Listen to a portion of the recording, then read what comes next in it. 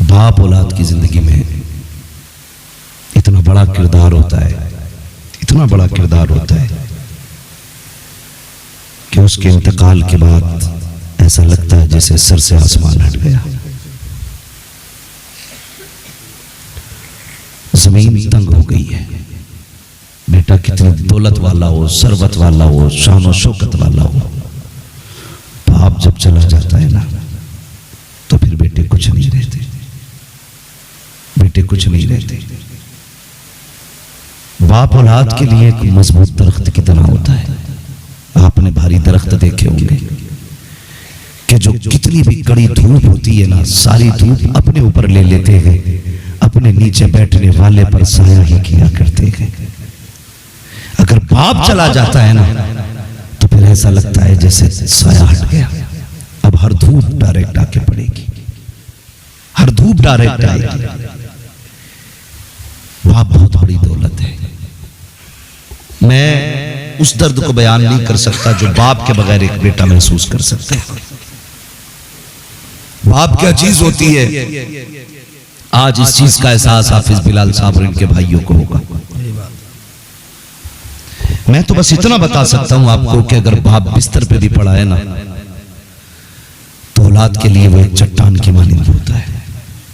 बिस्तर पे पड़ा बाप भी ना एक चट्टान होता है। औलाद की कमर की ताकत होता है बाप।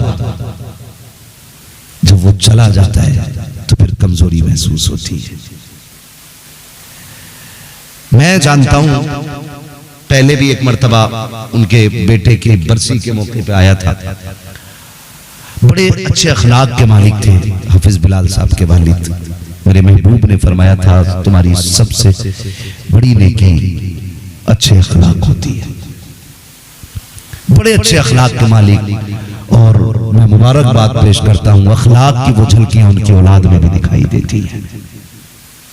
हाँ, ये भी बहुत बड़ी बात है कि बाप के असर अच्छे नेकी अच्छे कामों की आदतें अगर औलाद में दिखाई दें तो ये रब के करम में से एक टुकड़ा करम का होता है। बड़ी बात होती है। बड़े अच्छे अखलाकों के मालिक, बड़े खुश मिजाज, और उलमा से बेपनाह मोहब्बत करती है। उनकी औलाद भी मोहब्बत करती है और ये अपना अपना नसीब होता है। कुछ कहते हैं साहब ये मौलवी खाने और पीने वाली कौम है, लेकिन कुछ लोग इन्हीं को अपना जरिए माश और जरिए आखिरत भी समझते हैं। मैं कहना यह चाहता हूँ जो उलमा से प्यार करते हैं ना, मैंने यहाँ तक सुना है कि जो उलमा से मोहब्बत करेगा उसकी कब्र को अल्लाह रोशन फरमा दे। इसलिए कि देखो मैं जो कुर्सी पे बैठा हूँ, एक मोटी सी बात है, मैं जो कुर्सी पे बैठा हूँ इसलिए नहीं कि मैं एक तुरक का बच्चा हूँ, इसलिए नहीं कि मैं एक बड़े परिवार से हूँ, इसलिए कुर्सी पे मैं नहीं बैठा हूँ कि मेरा खानदान बड़ा है, इसलिए बैठा हूँ कि मैं आपसे हुजूर की बातें कर रहा हूँ। यही तो वजह है ना, सिर्फ यही वजह है कि मैं आपसे हुजूर की बातें कर रहा हूँ, इसलिए मुझे ये कुर्सी दी गई।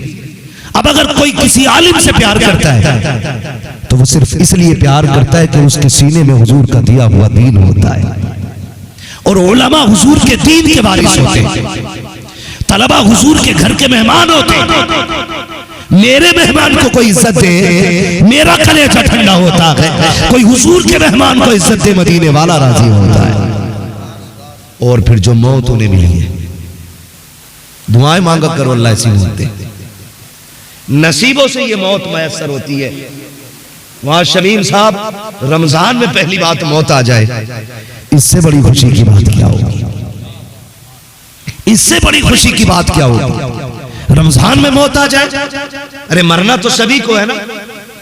आए दिन अखबारात में छपता है गाड़ी लड़ गई, अभी गाड़ी एक्सीडेंट हुआ, 7 लोग जिंदा जल गए, ये भी एक मौत थी। शराब पी कर नाली में गिरा मर गया, ये भी एक मौत है। हंस रहा था, ठट्टे कर रहा था, हराम के लुक में खा रहा था, हिचकी आई, फंदा लगा, मर गया, ये भी एक मौत है।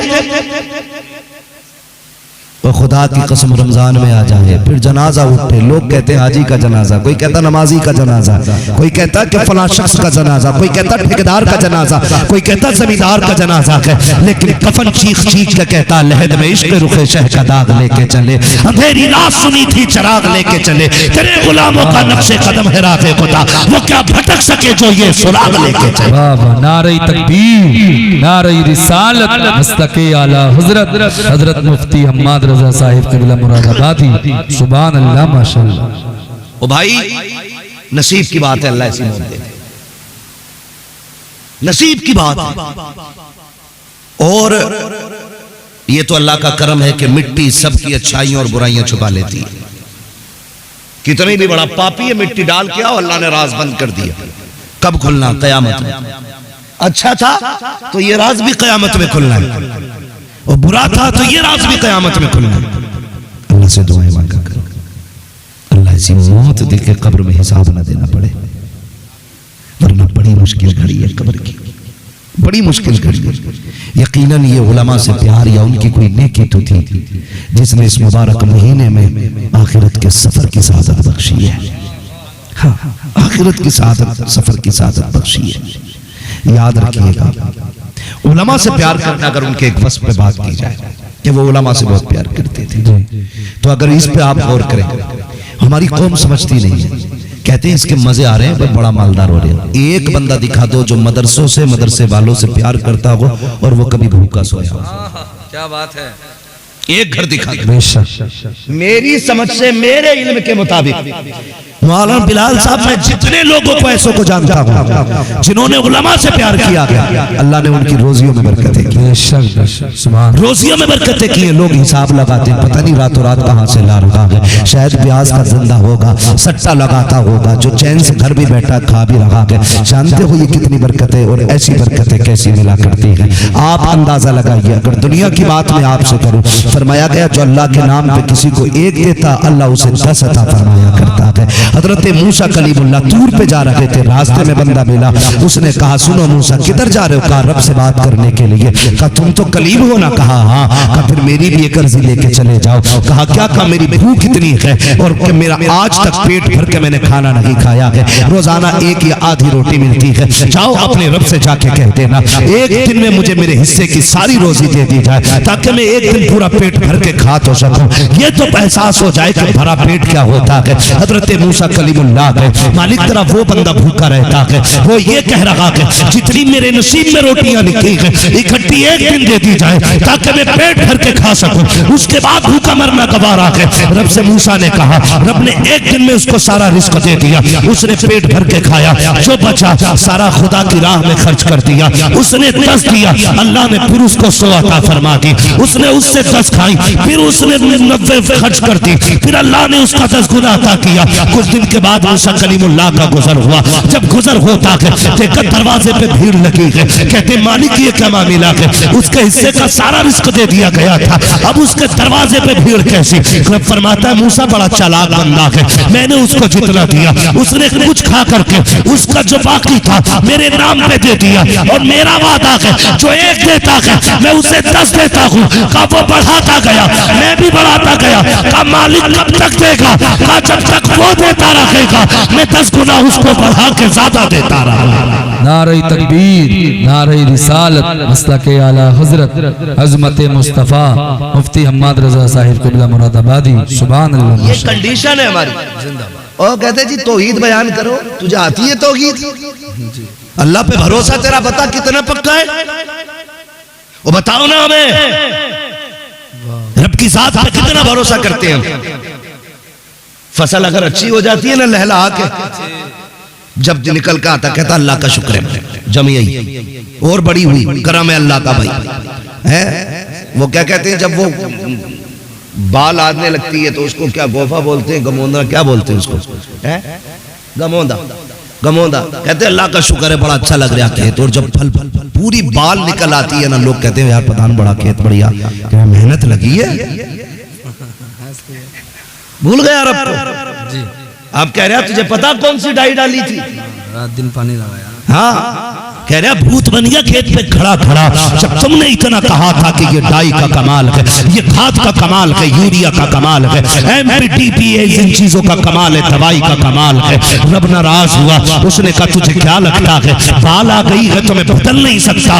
वो गेहूं के बाल के अंदर दाने को सुखा देता है। फिर जहां 35 क्विंटल निकलना था वहां 5 क्विंटल जब आता है, कहता फसल मारी गई, कीड़ा लग गया, ज़कात नहीं देनी है, अल्लाह ने फसल मार दी। और यार जब फल निकल के आया था उस दिन तुझे दवा का नाम नहीं लेना था, डाई का नाम नहीं लेना था। अब बता किधर गई तेरी डाई, कहां गया तेरा खाद, कहां गई तेरी मेहनत? जब बाल निकली थी तब भी ये कहता खुदा ने दिया है, खुदा की कसम पिछले सारे नुकसानों को वो एक फसल के अंदर भरपाई करके पूरा करने की ताकत रखता है। बेशक नारे तकबीर, नारे रिसालत, मसलके आला हजरत, सुभान अल्लाह माशाअल्लाह। ये कंडीशन है हमारी।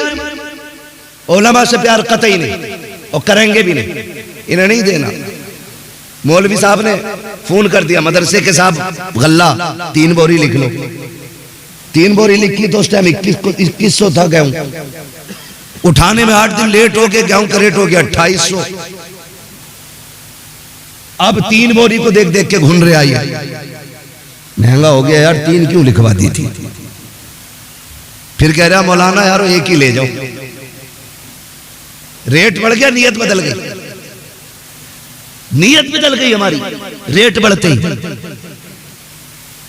और फिर 1 रख ली, 2 रख ली, 1 दे दी। फिर अल्लाह ने एक फोड़ा निकाला, हॉस्पिटल में डाल दिया, 7 फसलों का एक डॉक्टर को दिलवा दिया, हो गया सीधा। फिर कह रहा अल्लाह ही मालिक, अल्लाह ही मालिक, अब भी मत कह। ओ भाई अपने रब की जात पर भरोसा रखो। उसने कहा तुम हमें 1 दो, हम तुम्हें 10 देंगे। ये उनकी एक आदत थी। और याद रखिएगा ये तो दुनिया का फायदा है और आखिरत का फायदा देखे, आखिरत का फायदा देखे। उलमा की बात छोड़िए, बहुत बड़ी जात होती है उलमा की। उलमा की वो जमात है जिनके लिए समंदर में मछलियां दुआएं करती हैं, वरना जितने दुश्मन होते हैं ना उलमा के, ये एक कदम नहीं चल पाए, एक दिन जिंदा नहीं रह पाए। लेकिन दुश्मनों से ज्यादा अल्लाह की मखलूक इनके हक में दुआएं किया करती है। ये सच्चाई है, बड़ी बात है। फरमाया गया कि जब जहां पर भी हुजूर की महफिल सजती है अल्लाह उस जमीन को जन्नत की क्यारी बना देता है उतने वक्त के लिए जब तक वहां पर हुजूर के जिक्र या हुजूर की बातें होती है। और खाली जमीन अच्छी नहीं होती है, अल्लाह के फरिश्ते भी आते हैं, अपने परों का साया करते हैं। जब वापस जाते हैं ना और अल्लाह की बारगाह में वापसी हाजिरी होती है तो जिन फरिश्तों के पास से गुजरते हैं ना वो उनसे रोक के पूछते हैं बताओ कहाँ गए थे? वो कहते हैं तुम्हें क्या पता? वो क्यों पूछा? वो कहते हैं तुम्हारे बदन से ऐसी खुशबू आ रही है कि हमने ऐसी खुशबू कभी पहले नहीं सुनी थी। तो फरिश्ते कहते हैं हम जमीन पे गए थे और वहां मदीने वाले की बातें हो रही थी। ये जो खुशबू है ना उनकी महफिल की खुशबू है। ये बड़ी बाबरकत महफिल है, फिर रब की बारगाह में हाजिरी होती है। हम सुन्नियों का अकीदा यह है कि हमारे नबी गैब जानते हैं, बोलो है कि नहीं? हमारे नबी गैब जानते हैं। हम यहाँ बैठे हैं, हुजूर चाहे तो यहाँ चल के आ सकते हैं और अगर वो आना मुनासिब ना समझे तो लेटे लेटे अपने मजार से यहाँ तक देख सकते हैं। हम कोई प्रेशर कोई दबाव नहीं देते कि महफिल सजिए तो वो जरूर आएंगे। वो खादिम नहीं है, वो आका है और आका मातहत नहीं होता है, आका खुद में हाकिम होता है। उनकी मर्जी है, वो चाहे तो आ जाए और वो चाहे तो वहां लेटे लेटे मुलाहिजा फरमा ले। उनकी अपनी मर्जी है। अलबत्ता इतना हम तो जानते हैं आज भी हुजूर किसी गली से गुजरते हैं ना तो हुजूर की खुशबू से वो गलियां महक जाया करती है। हाँ, तो हुजूर अगर चाहे तो आ सकते हैं और अगर वो ना आना चाहे तो लेटे लेटे वहां से मुलाहिजा फरमा सकते हैं। मेरे महबूब ने फरमाया अगर कोई मुझ पे दिल से दुरूद पढ़ता है तो अपने कानों से सुनता हूं और अगर बेदिली से कोई दुरूद पढ़ता है तो फरिश्ते ला के मुझे उसका दुरूद सुनाया करते हैं। इसलिए मैं अक्सर कहता हूं कि वल्लाह वो सुन लेंगे, फरियाद को पहुंचेंगे, इतना भी तो हो कोई जो आग करे दिल से। अपने हुजूर की जब भी बातें करें या सुने तो वहां दिल को हाजिर रखा करें। ये नहीं कि हाफिज बिलाल साहब और इनके पांचों भाई हम नहीं जाएंगे तो क्या कहेंगे, हम तो गए थे वो नहीं आए, हमारे अब्बा के 40वें में नहीं आए। नहीं, इनके लिए नहीं आना है, हमें अपने नबी के लिए आना है। और सिर्फ यही नहीं, जहां भी लगे कि हुजूर की महफिल सजी है और आपके पास वक्त है तो फिर जाया करो। फिर इंतजार नहीं कि कोई दावत देगा, नोतेगा, रोटी खिलाएगा फिर जाएंगे। अरे यार, टुकड़े खाने तो कुत्ते भी चले जाते, तू आया तो क्या आया यार, रोटी खा के उसका हक अदा करने आया तो क्या आया, टुकड़े खा के तो कुत्ते भी हक अदा करते। तू तो इंसान है और हुजूर का उम्मती है। कोई दावत दे ना दे, कोई बुलाए या ना बुलाए, महफिल हुजूर की है तो दौड़ के जाया करो। कोई पूछे तुझे तो बुलाया भी नहीं था, कह पीछे हट जा, महफिल हुजूर की है और हम आशिक हैं हुजूर के। जब शमा जलती है तो परवानों को दावत नहीं दी जाया करती, जाया फिर तो दीवाने खुद तड़प के जाया करते। और ये आदतें हमारी हुजूर देखते, हुजूर देखते। तो जब भी हुजूर की बातें होना फिर दिल से होनी चाहिए, दिल से होनी चाहिए।